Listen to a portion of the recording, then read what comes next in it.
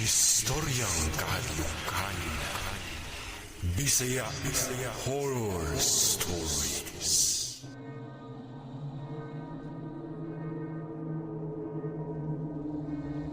Maayong adlaw mga kaistorya, ug sa tanan nga mga listeners ug readers, ug ilabi na kanimo Sir K. Ako day si Jovelyn. Usa ko ka working student kaniadto, ug kini akong gipadala nga istorya. Istorya kini nga ako gid mismo ang nakakita ug nakasalamuha sa dili masabdan nga panghitabo. Ang uban siguro sa inyo mutuo ug ang uban dili. Pero ako mismo nakasulay yun ko. Maong gusto na kong ipasaysay ani na channel ang akong kaagi nga horror story. Ug diri nako sugdan ang akong istorya.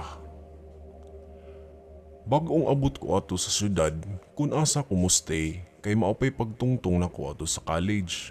Ug nakipuyor ko sa akong tiya nga adunay balay duol sa akong na-enrollan na eskwelahan.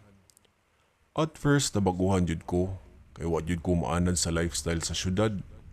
Maadlawan, gabii o kadlawon naagihapoy taw o mga sakyanan ang mulabay sa mga agianan.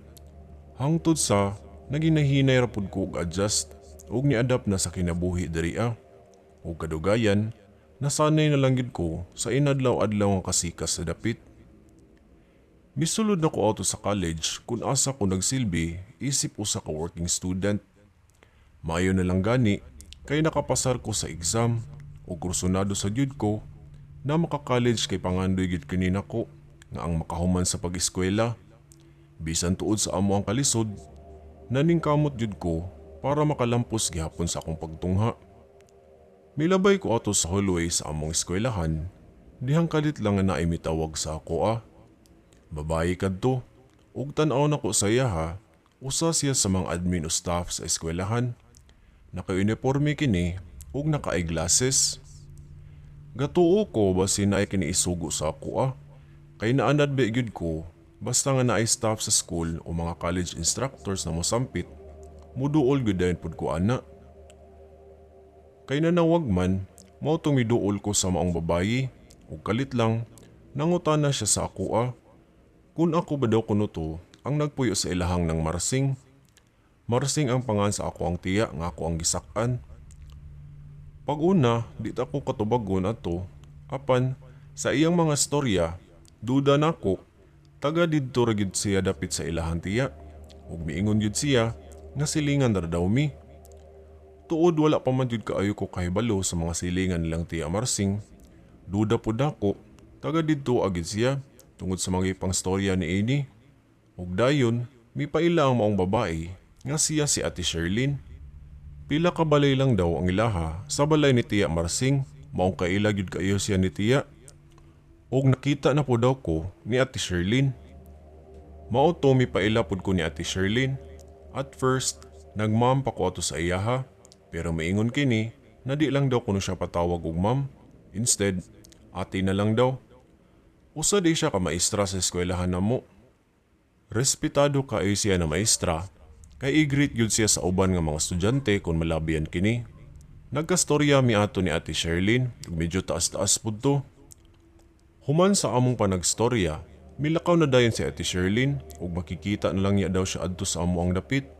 Ug lipay kaayo ko, kay naano ko'y kaila sa college ug nakanindot pa gyud kay maestra kini. Midagan ang pila ka adlaw ato nga padayon ra gyud ko ato sa akong pag-eskwela. Usa ka buntag ato, dihang naglakaw ko padulong sa eskwelahan, dihang naigatawag sa ako sa dalan. Nakalingi ko kung asa ang nagtawag sa ako ug familiar ang maong tingog. Paglingi nako, si Ate Sherlyn kadto, ug gitan-aw nako ang sakyanan niyang auto, color black kini, ug naa kini siya sa sulod. Siya ang nagdrive mismo sa sakyanan. Giingnan ko niya, nasabay na lang daw kuno mi paingon sa eskwelahan. Total, adto naman sa daw siya kuno padulong. Naulaw ko pag-una ug mibalibad ko kay nindot kaayo ang iyang sakyanan. Usa pasad, wa gyud ko maanad nga magsakay-sakay og sakyanan. Kay abi pa lang, adunahan kay ko og porma ini kanaog nako sa eskwelahan. Nibalibad ko pag-una, apan gipugos ko ni Ate Sherlyn na mosakay na lang lagi daw ko para di daw pud kuno kumalate. Ug miingon siya na musabay na lang daw kuno ko sa iya hatag adlaw paingon sa school para daw makasave pug ko sa ako ang pliti. Nalipay kaayo ko sa giingon ni Ate Sherlyn. Bago pagali mi nagkaila, kita ba nga nagyudayon ko niya para makaadto ko sa eskwelahan ug makasave pagyud ko sa ako ang plitihan. Pagsulod na ko auto sa sakyan ni Ate Sherlyn, grabe kahumot naman lang gyud. Pambabayi kayog sent ang iyang sakyanan ug nagtapad mi niya sa front seat aron daw naa siya mastorya-storya. Ako sad nga na-excite pagsakay sa iyang auto. Grabe kayo akong nabati. Kay makahipos-hipos na unya ko sa akong kwarta. Kay makasakay naman ko ni ate tagabuntag. Mo'y nasud sa ako ang hunahuna. Mipasalig si Ate Sherlyn na kuhaon niya daw ko niya sa ilang department para adto na lang daw kuno ko mag-render sa ako ang hours isip working student. Sayon raman sa daw sa ilang department ang ipabuhat. Daghan pamigi pa yung istoryahan ni Ate Sherlyn ato sulod sa iyang sakyanan, kabahin sa school o sa ako ang pagka-working student. Sa among pagstorya-storya ni Ate Sherlyn, nakalingi ko sa mirror view sa sakyanan niya o kita na ko sa likod nga naay nakasakay. Gitutukan ako sa samin ang figura nga naadto. Tanaw na ko, tao kini ug nakasuot kini og pangmadri na sinina. Nakalingi ko og kalit ato sa likod nga tumoy dapit. Wala may tao, pero nganong naay nagpakita nga madri kung tan-aw no ko kini sa samin sa sakyanan. Nakapanlad ko sa akong laway ato, bisan tuod buntag patog sayo, pero nakafeel kong pamugnaw tungod sa akong nakita sa mirror view ni ate. Didto na windang ko og samot, dihang si Ate Sherlyn miingon sa ako na di daw ko ang mabalaka, kay kabuntag siya ra daw usa ang magpadulong adto sa eskwelahan, kay sayo man daw mugi ka na ihang bana, kay ang duty ni ini 5-1 man sa usa ka hotel. Actually, wala pa sila anak ni Ate Sherlyn og sa iyang bana. Unya di sila magkasabay og gikan ni ate, ug maong mag-ihay sila. Motor po di ang gamit sa iyang bana. Sa ato pa, di siguro di ay niigunsa ni Ate Sherlyn ang kasakay-sakay sa iyang sakyanan. Mao kani akong pangutana ug gusto unta na akong pangutanon si Ate Sherlyn about ana. Pero wala na lang ko ato, kay basin hinuon, di na niya ako pasakyo ni Ate Sherlyn, kay manghadlok ko. Noon, basi na malikmata lang ko ato, kay duka pasad kaayo ko atong buntaga. Pila ka adlaw gidto nga magsakay-sakay ko kang Ate Sherlyn. Pila pud to ka days na wala raman pud ko'y ma-feel sa iyang sakyanan. Kahibulungan lang gyud kaayo mga kaistorya nga kung sa adlaw nga Biyernes, didto ko maka-feel nga murag naay something sulod sa sakyanan ni Ate Sherlyn. Taga-adlawng Biyernes, namatikdan ko na nga naagid ang katong nakasulob og pangmadre nga magsakay-sakay sulod sa iyang sakyanan.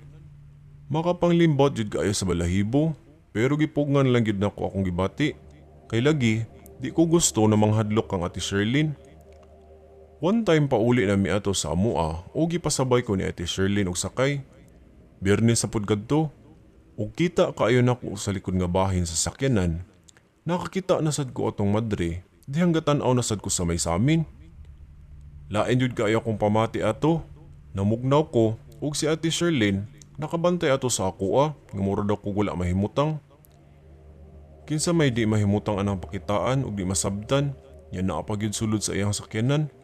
Gipangutan ko ni ate ato kung okay ra ba daw ko. Miingon pa si ate na basi nabugnawan ba daw ko sa sakyanan, kay pwede ra niya ipa-open ang bintana. Mihunong ko sa ami ato, kay para iabli lagi ang bintana. Kay dili man ko kamao pag-abre aron i-down. I-open na unta to ni ate ang bintana. Dihang migahi kini ug wala kini maabre. Nahibulong si ate ato kung nganong nigahi ang para sa bintana. Nga dali raman ta dako ni kini maabli. Gipindot pa to niya ang para automatic na moabre sa ako ang side. Apan wala gyud. Pagkakita nako sa side ni ate na bintana, kita nako ang madre gahawid kini sa may bintana dapit. Kita kaayo nako ang dagway sa maong madre. Tigulang na siya, ug maldita o strikta kaayog dagway, ug daghan kaayog kulubot sa iyang naong. Unya gaabot ang iyang suko kaayog pur mga kilay, ug itong pagid kaayo ang tabon-tabon sa iyang mga mata dapit. Sa akong kahadlok, nakasyagit ko ato og kalit, ug nakuyawan si Ate Sherlyn sa akong pagsyagit. Mipiyong ko sa akong mata ug si Ate Sherlyn gipangutan ako kung naunsa ba daw ko. Wala ko kasabot sa akong gibati ato. Nahadlok ko na ibuka ang ako ang mga mata. Kay basin makita niya na kog balik ang katong madre. Pagkabuka na nako ato sa akong mata, dako na kong kakurat nga si Ate Sherlyn nagsuot kini og pangmadre na hinuon na si Nina. Misyagit kog maayo ato ug gipukpok na ko ang bintana sa sakyanan. Nakita nako nga naa sa gawas si Ate Sherlyn ug gasigi siya og syagit ug gipukpok niya ang sakyanan kay iya daw kunong paablihan. Paglingi na nako sa ako ang tapad sa driver seat, mutuo mong sa dili mga kaistorya. Ang madrina ang naa sa front seat ug nakapwesto kini sa nahimutangan ni Ate Sherlyn kaganiha. Seryoso kaayo kini og dagway nagatan-aw sa atubangan sa sakyanan. Dali-dali kong miabli sa pultahan ato sa sakyanan ug gipugos gito na akong abre. Maayo na lang gani kay naabre ra kini ug safety ko nga nakagawas sa sakyanan ni ate. Pero kulba na kayo to kong nabati ug nag-abot yun akong ginhawa ato sa kahadlok. Pagkagawas nako, giingnan ko ni ate na kun nga nung nang lock daw kuno ko kalit sa sakyanan nga naa ramon ta kuno siya gitanaw sa gawas. Gisusi niya kung naa ba daw kuno guba kay di man daw kuno mugana ang sa bintana. Wala jud ko'y kalibutan nga nabuhat to nako. Kay sa akong nahinumduman mga kaistorya, ang kadto rang bintana nga dili moabli ang senaryo nga ako ang natiman-an. Misulod na og balik si Ate Sherlyn ato sa auto.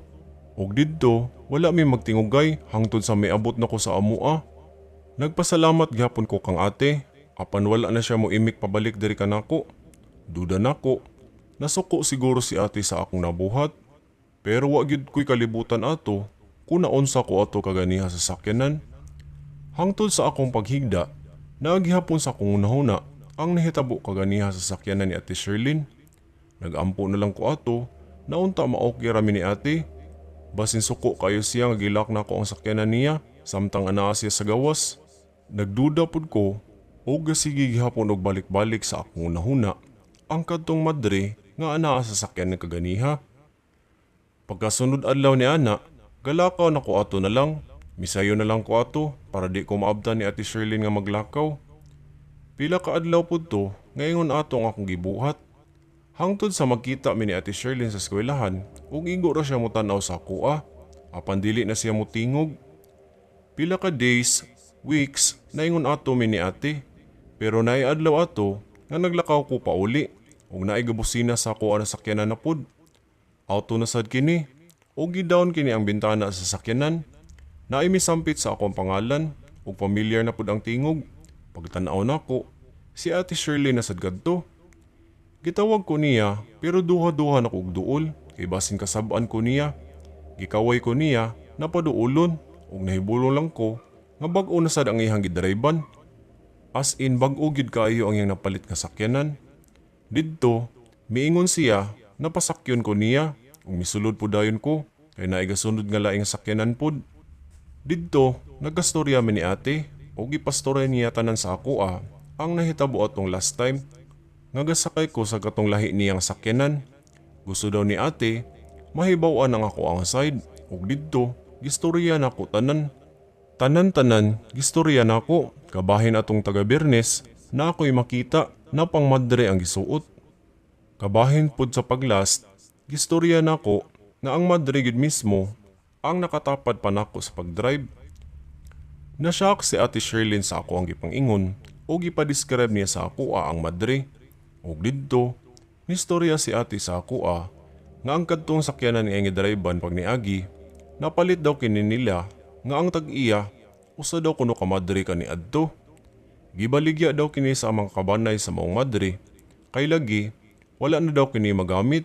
Pero ang nahitabo, pila ka tuig ang milabay, namatay daw ang maong madre tungod sa sakit ni ini. Daghan po daw ang miingon kang Ate Sherlyn nga naasa daw kuno uban sa iyang mga kaila ang nakabantay nga naay magsakay-sakay na madre sa iyaha. Ug ang last nga nakapadeside sa iyaha nga ibaligya na lang niya ang maong sakyanan kay murag giparamdaman na daw siya tuog sugod sa maong madre.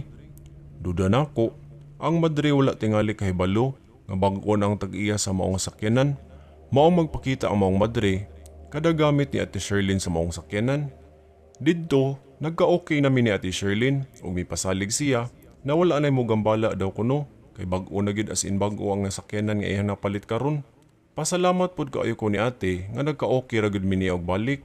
Hangtod sa nabalik ang among pagbanding, mapa-eskwela man ug dito sa amo ang dapit. Kung asa o si kinsa man gali ito ang nabaligya ni Ate Sherlyn atong sakyanan, wala na ko'y hanaw. Ang ako lang, maayo unta nga dili mo gambala ang kadto nga madre. Maura kadto Sir Kay og mga kaistorya ang akong ma-share sa inyo ha. Kabahin sa auto nga napalit ni Ate Sherlyn kaniadto. Daghang salamat mga kaistorya ug maayong adlaw.